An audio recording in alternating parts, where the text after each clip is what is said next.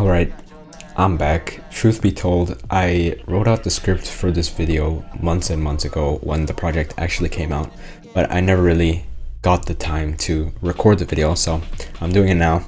I know it's a little bit late, but I love this project a lot and I want to talk about it, so I'm gonna do it.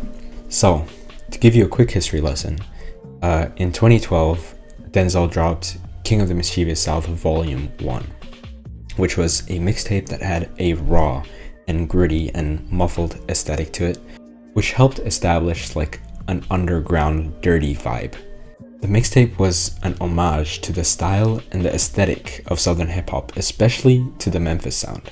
Fast forward later in Denzel's career, where he attempted to make KOTMS Volume 2 numerous times, and then they transitioned into the high quality and versatile projects that he has stacked in his catalog today. For example, Imperial. Denzel over the last decade has cemented himself as one of the most consistent artists of his generation. He's released projects such as Taboo, which is a concept album that has some trap metal and R&B influences. He's able to take us back home with this Florida sound on Zoo. He's able to do projects like Unlocked, displaying his talent, filling pockets in complex and wacky beats, writing creative and witty bars. And then you have Melt My Eyes, which is his most personal and important record to date, which has a jazz influence. What I'm trying to say is that Denzel is an extremely talented individual who's capable of bringing a lot of different styles and aesthetics to create well-rounded and interesting projects.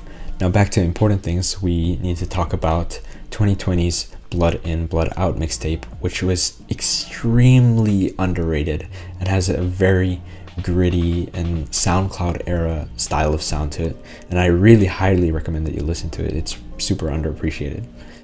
Now coming to 2023, Denzel dropped some singles hinting towards his next body of work being a Blood In, Blood Out Reloaded.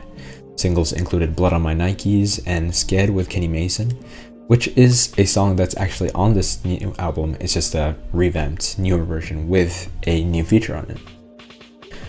When finishing up the project, Denzel eventually changed the aesthetic to fit a more southern Memphis sound, ultimately resulting in the KOTMS Volume 2 project that we have today. It's ironic that he tried to make this project a multitude of times and they turned into other projects, and the one time that he didn't want to make the project is when it finally took form. KOTMS Volume 2 is no exception in terms of quality. This project is riddled with bangers and it has great features all around. The production on this project never really misses for me, and while there at moments I feel like it does turn away from that Memphis sound, it does it well. For example, Hit the Floor feels more like a Rage or SoundCloud era cut than anything else, so who else to get on it other than another amazing Floridian rapper who comes from the same generation in Ski Mask the Slump God. These two don't collaborate a lot, even though they were in similar circles years ago, and hearing them together again reminds me of Space Ghost Pussy and that first time that XXXTentacion and Denzel were living together, which were real highlights in that SoundCloud era for me personally. Speaking more on that song, I only have slight issues with the hook because it's a little bit repetitive. However, I have no doubt that it'll go crazy in mosh pits, which is what it's for. Apart from that song, I feel like the choruses are a place where this project succeeds a lot in. Every song on this project has a catchy chorus. The bars on this project are nothing special, however there are occasional memorable and witty lines littered all around the track list. That's fine. You're not looking for introspective and deep lines on this project, as you would in Melt My Eyes. You're looking for gangsta rap hits, and that's exactly what this project provides in an extremely replayable fashion. Every song on this album has features, and for the most part they hit. Denzel does a good job in getting decent performances out of everybody on this project, such as Tia Corinne, who has a super infectious vocal inflection, or that Mexican OT who comes out guns blazing. Denzel is never outshined, nor does he feel like he's dominating the other artists, keeping the project well balanced and consistent. This album's aesthetic is damn near perfect to me. From the transitional interludes to the narrative pieces by Kingpin Skinny Pimp, or even the fact that the album starts with the sound of a VHS being put in.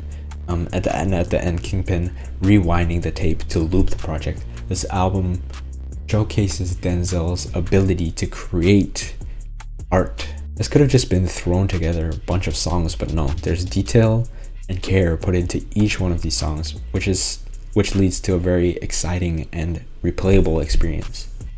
Denzel is an artist that I still think is very, very underappreciated. And I think I'm going to give this album an 8 or 9 out of 10, as it delivers on most everything that I wanted from it. Denzel's music really brings me back to a lot of personal experiences that I've had. Just Melt My Eyes alone came out in a time that was very complex and challenging in my life, and I was able to use it as an escape.